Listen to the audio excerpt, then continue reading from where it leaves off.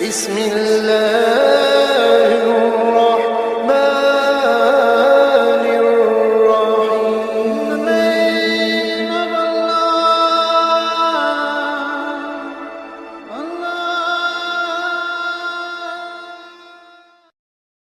الحمد لله نحمده ونستعينه ونستغفره ونؤمن به ونتوكل عليه ونعوذ بالله من شرور أنفسنا ومن سيئات أعمالنا. أما بعد فأعوذ بالله من الشيطان الرجيم. بسم الله الرحمن الرحيم. والمطلقات يتربصن بأنفسهن ثلاثة قروء ولا يحل لهن أن يكتمن ما خلق الله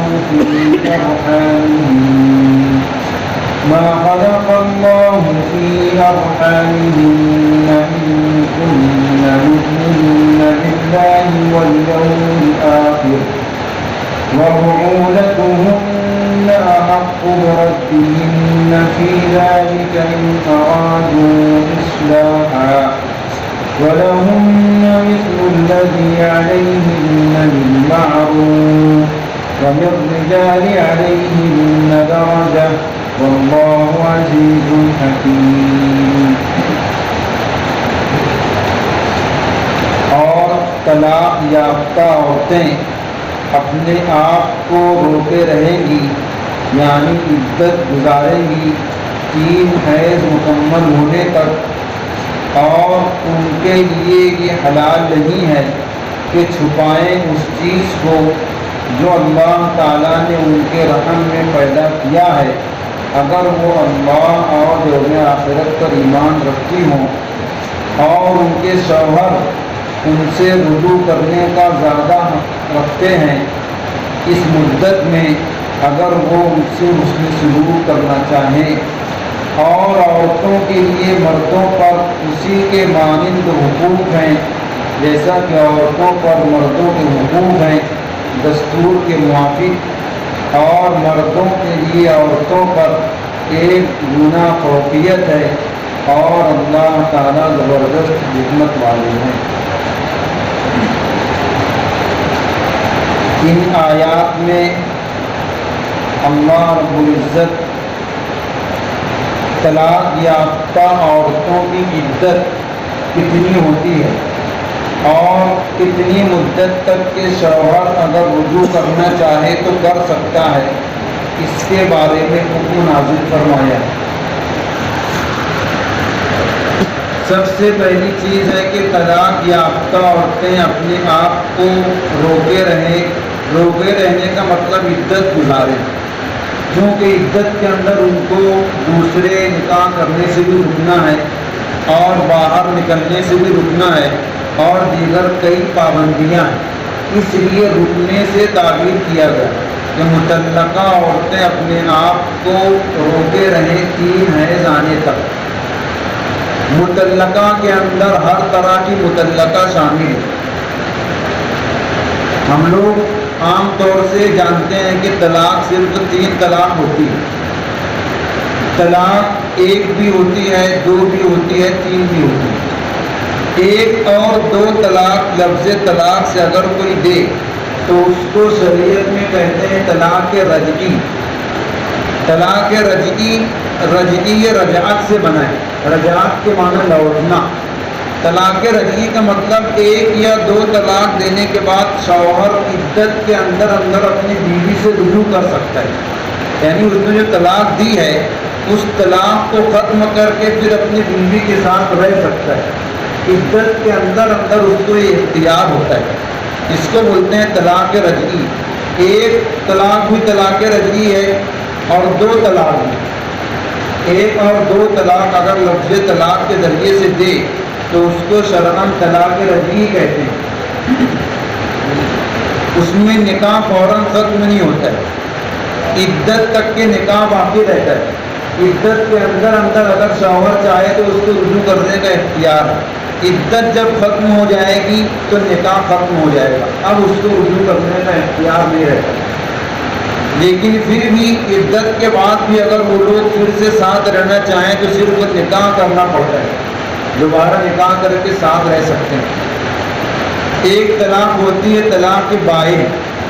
طلاق بائن کا مطلب یہ ہوتا ہے کہ طلاق دیتے ہی فوراً بیوی نکاح سے نکل جاتی ہے، اب اس میں رجوع کرنے کا اختیار نہیں ہوتا، لیکن اس میں بھی ہے کہ پھر سے نکاح کر کے ساتھ میں رہ سکتے ہیں، چاہے عدت میں ہو چاہے عدت کے بعد پھر سے نکاح کرنا پڑتا ہے۔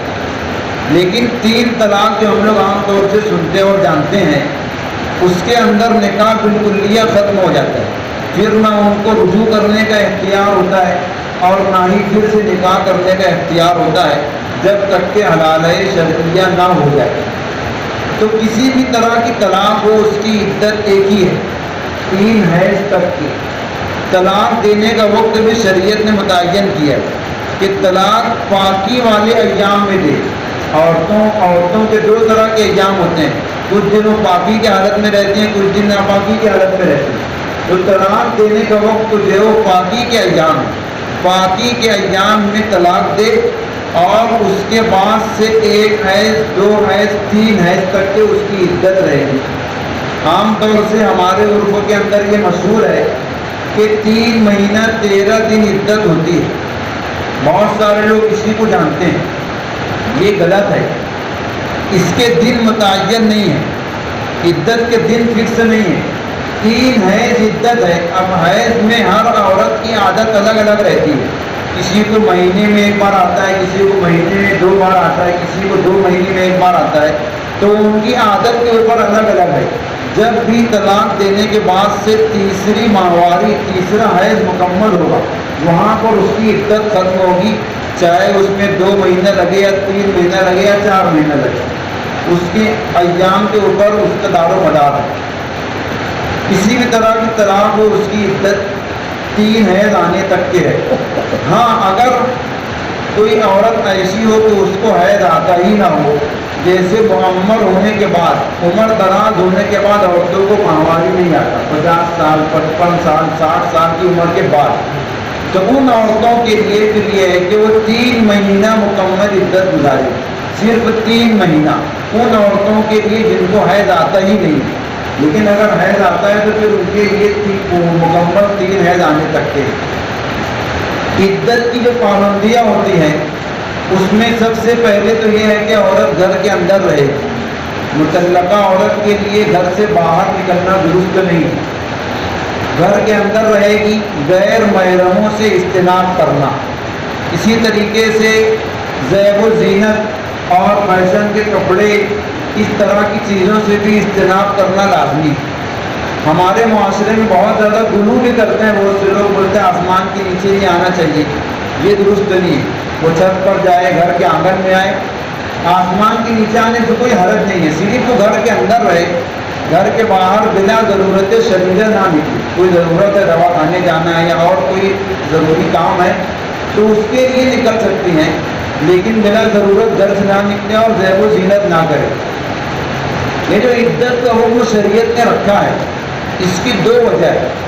ایک تو وجہ یہ ہے کہ عدت تک کے عورت دوسری جگہ نکاح نہیں کر سکتی ہے، عدت کے ایام میں دوسری جگہ نکاح کرنے سے روک دیا گیا، اس لیے کہ اگر عدت طلاق کے فوراً بعد اگر وہ کہیں پر نکاح کرتی ہے، فوراً نکاح کرنے کے بعد یہ ہوگا کہ ممکن ہے ابھی پہلے شوہر نے طلاق دیا ہے، اس کے پیٹ میں پہلے شوہر کا نطفہ ہو اور ابھی فوراً دوسرا شوہر بھی اس سے ہمبستر ہو جائے، تو جو بچہ ہوگا وہ کس کا مانا جائے، یہ پہچان نہیں سکتے۔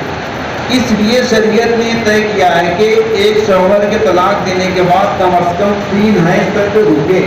اب اگر حیض آتا ہے تو وہ اس بات کی علامت ہے کہ اس کا رحم خالی ہے، اس میں پہلے شوہر کا نطفہ نہیں ہے، اور اگر حیض نہیں آتا تو وہ اس بات کی علامت ہے کہ پہلے شوہر کا نطفہ ہے، تو اب اس کی عدت 3 حیض بھی رہے، اب اس کی عدت حمل ختم ہونے تک کے رہے۔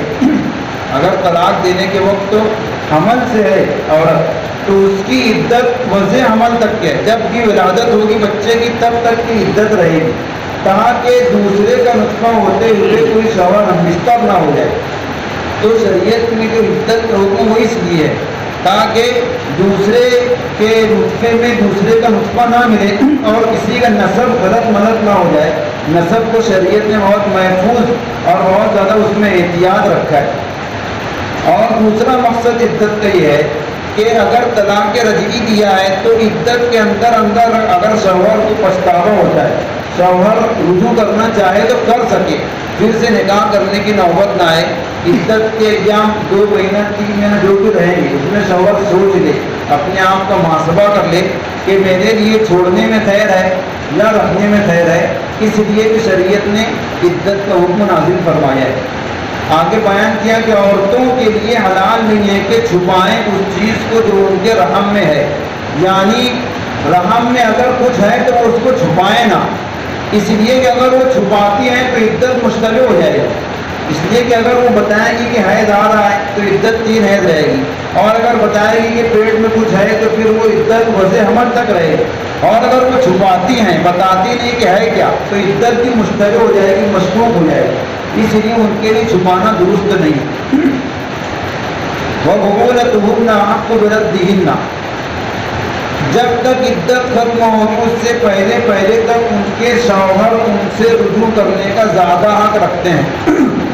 یعنی عدت کے اندر اگر شوہر چاہے کہ رجوع کرنا ہے اور بیوی کہے کہ نہیں میں دوسرے سے نکاح کروں گی تو بیوی کی بات کا اعتبار نہیں ہوگا، شوہر کو رجوع کرنے کا زیادہ اختیار ہے، اس لیے کہ اب وہ جس سے نکاح کرے گی وہ بہرحال اس کے لیے ابھی تک اجنبی ہے اور اس شوہر کے ساتھ ایک مدت تک رہ چکی ہے، تو ابھی دوسرے کے مقابلے میں اس شوہر کو زیادہ اختیار ہے کہ وہ اس سے رجوع کر لے اور اس کو اپنے نکاح میں روک لے۔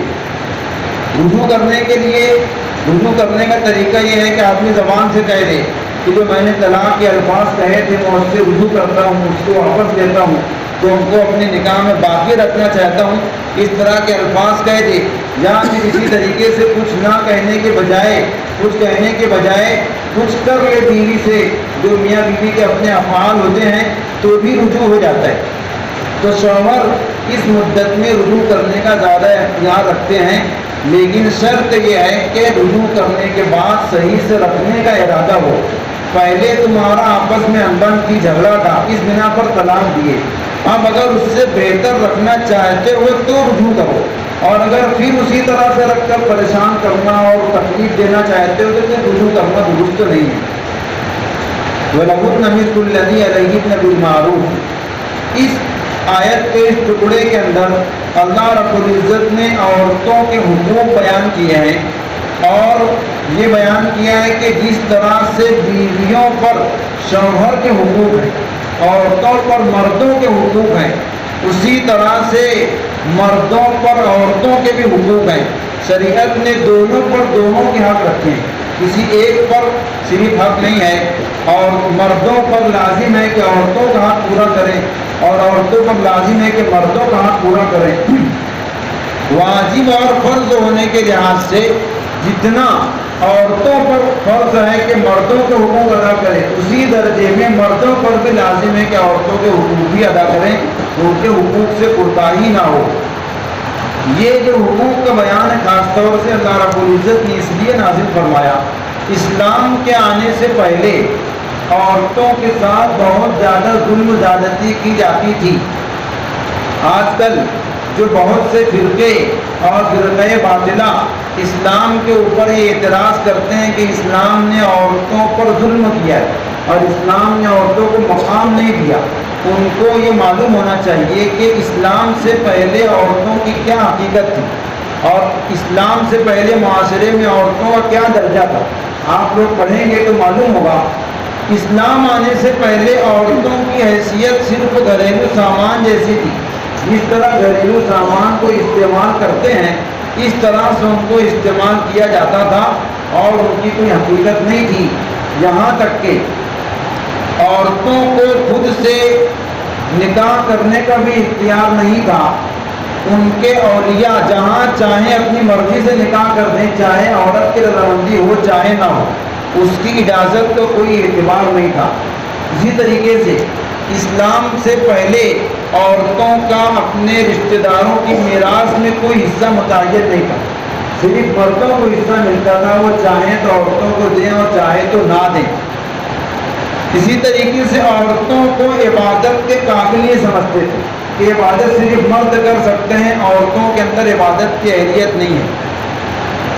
اس طرح سے بے شمار عورتوں کے ساتھ زیادتیاں کی جاتی تھی، حتیٰ کہ بچی پیدا ہونے پر اس کو زندہ درگور کر دینا، زندہ دفن کر دینا، یہ باپ کی بہادری ہوتی تھی۔ جو باپ اپنی بیٹی کو زندہ دفن کر دے، گویا کہ معاشرے کے اندر وہ بہادر ہے۔ یہ عورتوں کے ساتھ سلوک تھا۔ لیکن جب اللہ کے نبی صلی اللہ علیہ وسلم مبعوث ہوئے تو آپ کے ذریعے سے اللہ رب العزت نے عورتوں کو انصاف دلوایا، عورتوں کے حقوق کے بارے میں عدل انصاف نازل فرمایا کہ جس طرح مردوں کے حقوق ہیں اسی طرح عورتوں کے حقوق ہیں۔ عورت کو بھی اپنے نکاح کے متعلق اختیار ہے۔ بالغہ لڑکی کو اس کے اولیاء نکاح پر مجبور نہیں کر سکتے، رائے دے سکتے ہیں، سمجھا سکتے ہیں، لیکن زبردستی کہیں پر نکاح نہیں کر سکتے۔ اگر کسی ولی نے زبردستی اپنی بچی کا نکاح کہیں پر کر دیا تو بچی کی اجازت پر موقوف ہوگا۔ اگر وہ اجازت دے، ہاں کہے، تب اس کا نکاح ہوگا، ورنہ نکاح نہیں ہوگا۔ یہ شریعت نے عورت کو اختیار دیا ہے کہ وہ بالغ ہونے کے بعد اپنے معاملے میں اختیار رکھتی ہے، اپنے لیے مناسب سمجھے تو نکاح کرے، چاہے تو نہ کرے۔ اسی طریقے سے باقاعدہ اس کے لیے میراث میں حصہ متعین کیا گیا۔ تو جس طرح مردوں کا حصہ ہے اسی طرح سے عورتوں کا بھی حصہ ہے شریعت کے اندر۔ عبادات کے اندر بالکل برابری ہے، جو عبادت کرے گا وہ آگے پہنچے گا۔ ایسا نہیں ہے کہ عبادت میں مرد آگے عورتیں پیچھے ہیں۔ جو جتنی عبادت کرے گا، جتنی نیکیاں کرے گا، وہ اس کے لیے ہے۔ یہ عورتوں کو شریعت نے، اسلام نے عدل انصاف والا نظام دیا، اور جو ظلم زیادتی ان کے ساتھ کی جاتی تھی اس کو ختم کیا۔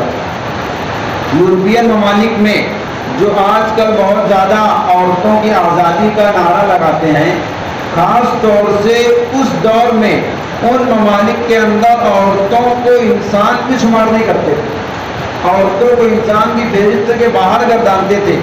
جو ان کے ساتھ سلوک تھا، لیکن اسلام نے عورتوں کو کیا مقام دیا ہے وہ قرآنی آیات سے بالکل واضح ہے۔ اور دراصل انسانی اور دنیاوی ترقی کی دو بنیادیں ہیں، دو چیز ہیں جس سے دنیا آگے بڑھتی ہے، ترقی کرتی ہے۔ ایک ہے عورت اور ایک ہے مال و دولت۔ ہم لوگ دیکھ لیں کہ اگر عورت نہ ہو تو جو نسل انسانی کے بڑھنے کا ذریعہ ہے وہ نہیں ہو پائے گا۔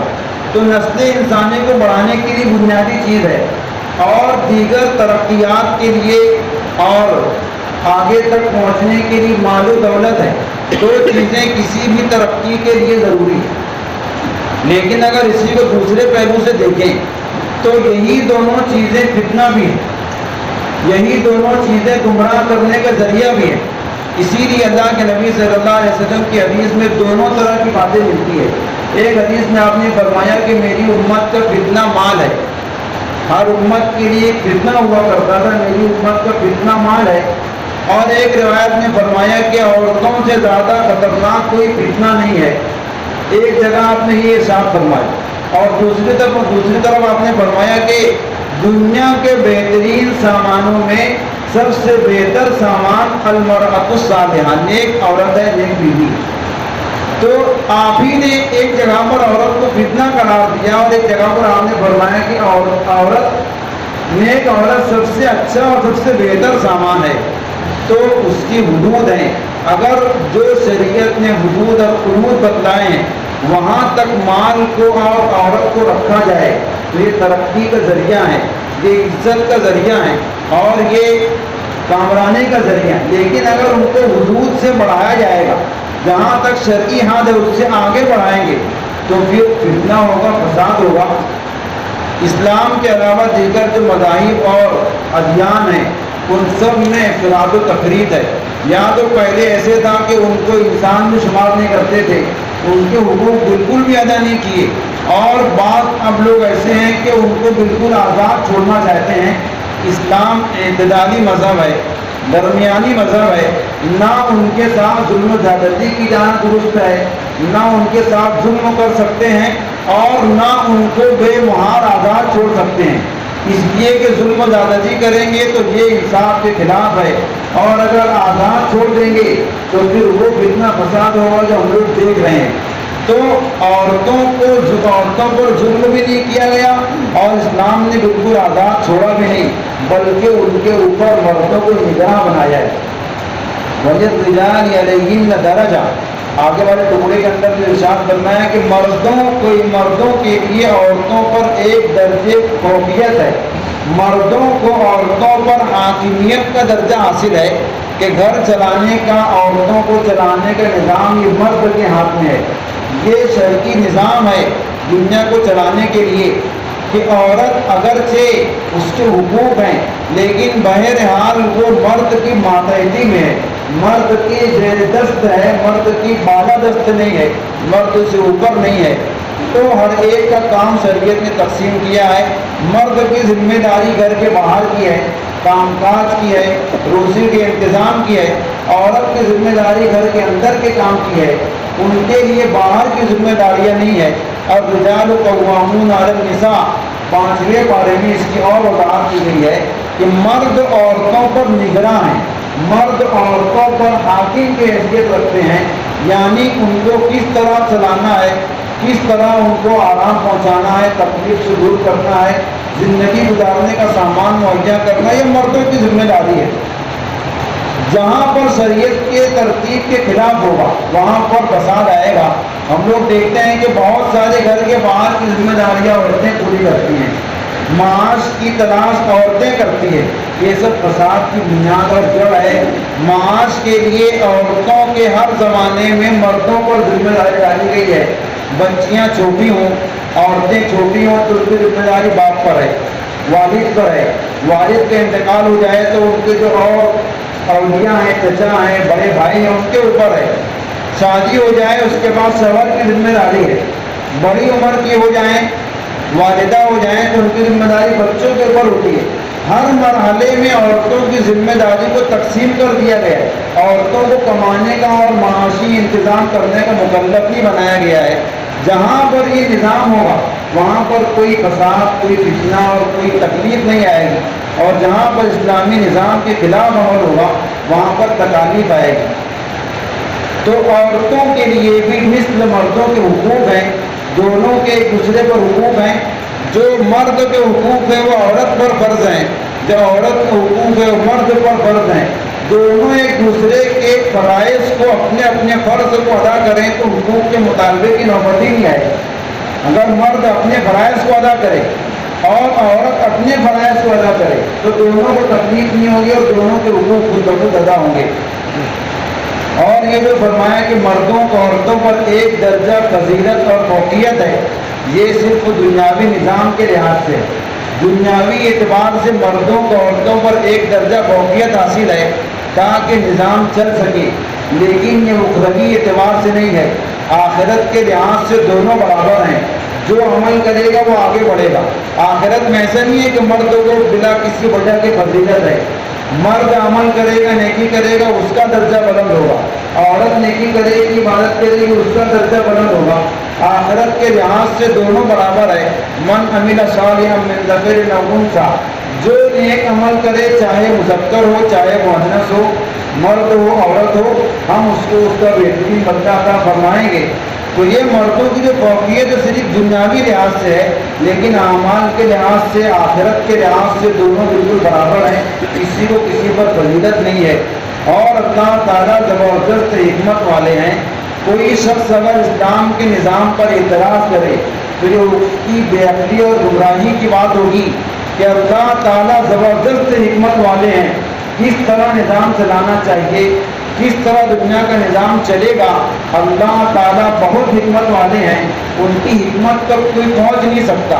آج کل کی مخالف قومیں، ان کا یہ اعتراض ہوتا ہے کہ اسلام اس دور میں ترقی کرنے کے لیے عورتوں کو مردوں کے برابر باہر آنا چاہیے، اور پردے پر اسی لیے اعتراض کرتے ہیں کہ پردے میں عورت رہے گی تو وہ مردوں کے ساتھ چل نہیں سکتی، اس لیے عورتوں کو مردوں کے ساتھ چلنے کے لیے پردے سے باہر آنا پڑے گا. مطلب عورتوں کو عورتوں کی آزادی نسواں کا جو فریب ہے یہ دیتے ہیں، لیکن یہ اللہ رب العزت کی حکمت کے خلاف ہے. اللہ تعالیٰ حکیم ہے. ہم ایمان والے ہیں، مسلمان ہیں. ہم کو یہ اعتماد اور ہمارا یہ عقیدہ ہونا چاہیے کہ شریعت نے ہم کو جو حکم دیا ہے یہ بالکل ذرہ برابر بھی اس کے اندر کوئی کمی کوتاہی نہیں ہے. 100% یہ حکم اپنی جگہ درست ہے. میری عقل میں نہ آئے وہ الگ بات ہے. ہو سکتا ہے کہ شریعت کا کوئی حکم میری عقل میں نہ آئے تو میری اپنی عقل کا قصور ہے، لیکن شریعت کے کسی حکم میں ذرہ برابر لچک نہیں ہے. یہ اللہ رب العزت حکمت والے. سبحان اللہ.